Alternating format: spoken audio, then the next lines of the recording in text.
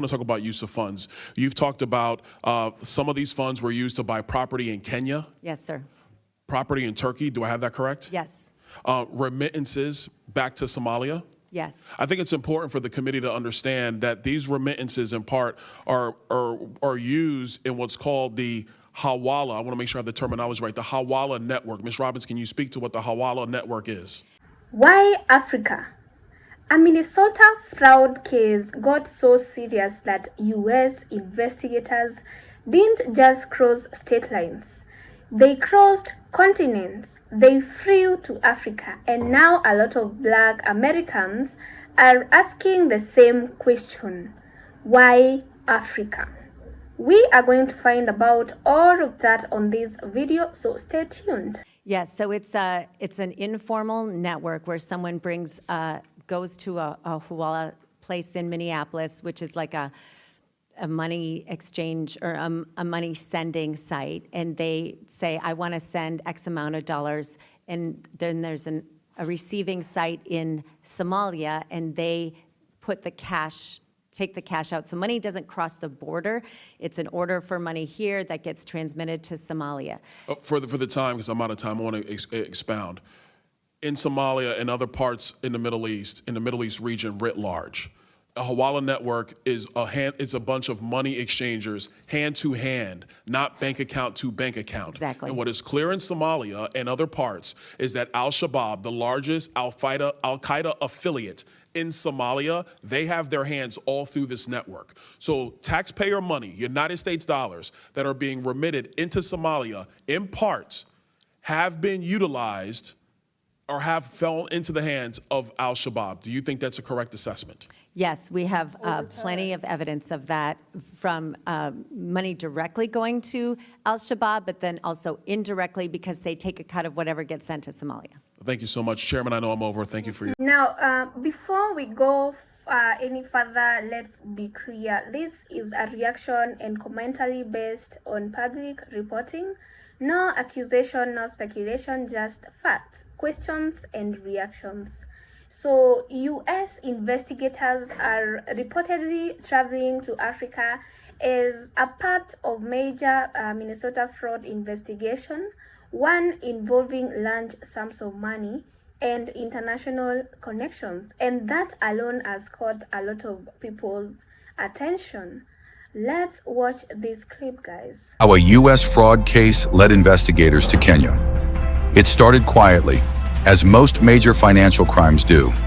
In the United States, federal authorities were tracking suspicious activity linked to government-funded programs meant to serve vulnerable communities. On paper, the money was being spent on food, childcare services, and emergency relief. But behind the paperwork, something was very wrong. Millions of dollars were leaving U.S. government accounts, yet the services they were meant to support either never existed or were grossly exaggerated. National correspondent Kayla Gaskins in Washington. Luxury cars, private villas, and overseas wire transfers. Newly obtained documents are laying bare just how far a group of Minnesota fraudsters went to blow through hundreds of millions of dollars in taxpayer money. Normally, when you hear Minnesota fraud case, you don't expect to hear international travel right after. So people are asking, how did this get so big? Where did the money go? And what made investigators feel the need to look overseas? So when investigators follow money beyond US borders, it usually means the paper trail didn't end where people thought it would. As investigators followed the money, the trail didn't stop in America. It led across borders and eventually to Kenya. According to U.S. authorities, the alleged fraud amounted to 39 billion shillings, roughly 100 million US dollars. What began as a domestic investigation quickly turned into an international case involving shell companies, false invoices, and individuals accused of moving illicit funds out of the United States. Court filings and investigative reporting show that the suspects allegedly used fake vendor contracts to bill government programs for services that were never delivered. Payments were approved, money was released, and soon after, large sums began moving through multiple accounts.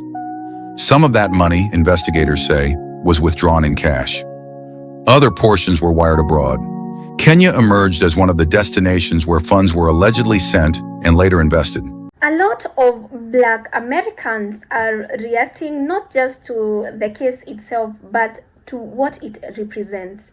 The frustration, the disbelief, and there is a familiar question. How does something like this grow so large before alarms really go off? So for many people, this isn't about fraud, it's about accountability, transparency, and who gets watched closely and who doesn't. Let's watch these reactions.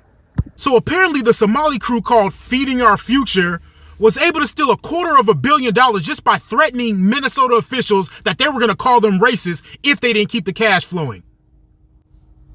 And it worked? You know what? I'm just going to go ahead and tell you what it is. America has turned into a bunch of You mean to tell me you let these people extort you for $250 million in 1 year because they threatened to call you a bunch of names? Are you for real?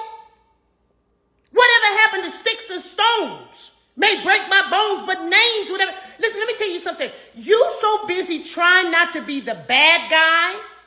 You don't want to be the villain so bad that the pendulum has stretched and swung too far to the other side.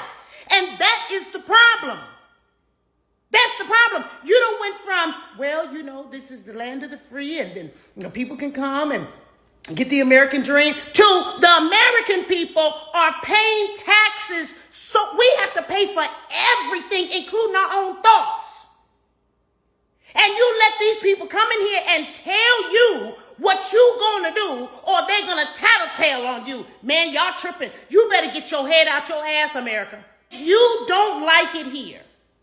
If America is racist, if America is all these different things, you are more than welcome to go back to either where you came from, or you can go back, or you can go to another country that you think is going to treat you better. So every major fraud case comes down to one thing: money movement. So when funds move through multiple countries, investigators often have to work with the foreign governments, financial institutions, and the international agencies, so to piece together what actually happened. So that doesn't really mean wrongdoings overseas. It means that they are trying to understand the full picture. But clearly, this picture is bigger than Minnesota. So let's watch the findings of the whole scenario. The money that we've traced, most of it has been used to purchase real estate in Nairobi, where there's a large Somali diaspora. So we traced much of it. In fact, the first trial, United States versus Abdiaziz Farah, we had days and days of evidence showing the money that was sent to Nairobi and the real estate purchases that they made there, including the construction of an entire 10 or 12-story apartment building. You haven't uncovered anything that... There you have it. This shows that this case is being taken seriously, because cases like this don't really affect the courtrooms. It affects public trust, the taxpayers. So let's watch a clip of the leader of the country involved. Let's see what he has to say. The Asset Recovery Agency will be engaged from the point of seizure, and all assets used or acquired through these activities, including cash, vehicles, land, buildings, and businesses, will be treated as proceeds of crime, promptly frozen, prosecuted, forfeited to the state. People want to know how fraud happens on this level, who is responsible for the oversight, and what changes comes next. And when investigators fly across oceans, it sends a message: this wasn't small, this wasn't local, and this isn't over. According to reports tied to the investigation, some funds are arranged to have been used in real estate purchase in Kenya, which is one of the reasons investigators are reportedly looking overseas. Watch this clip.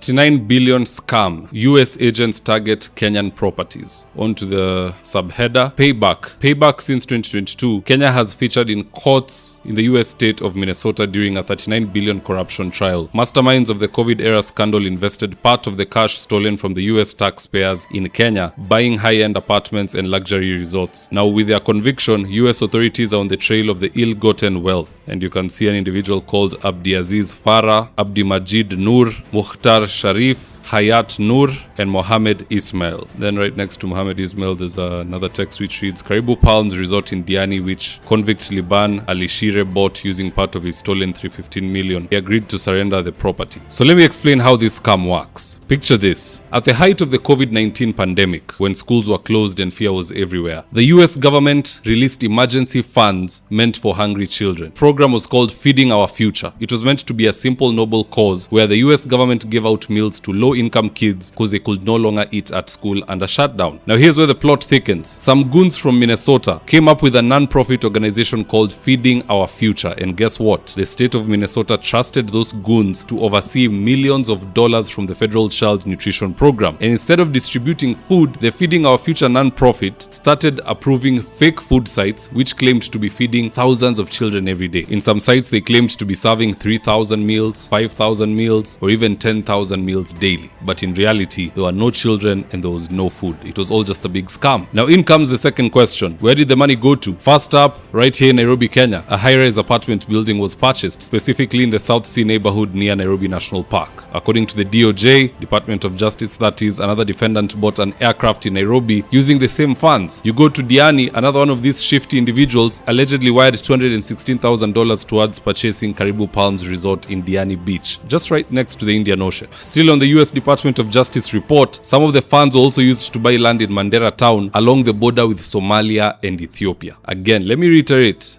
don't envy wealthy men and women. For some of them, we just never know how they came about those funds. These are people who are going to scam taxpayers abroad to then come and wash the money in this country. You have heard of South Sea, you have heard of Diani, you've heard of Mandera town. Others are even buying planes and they're chartering them to us. These are some of the things which need to be recouped by the US and Kenyan government, sold, and then we share the spoil.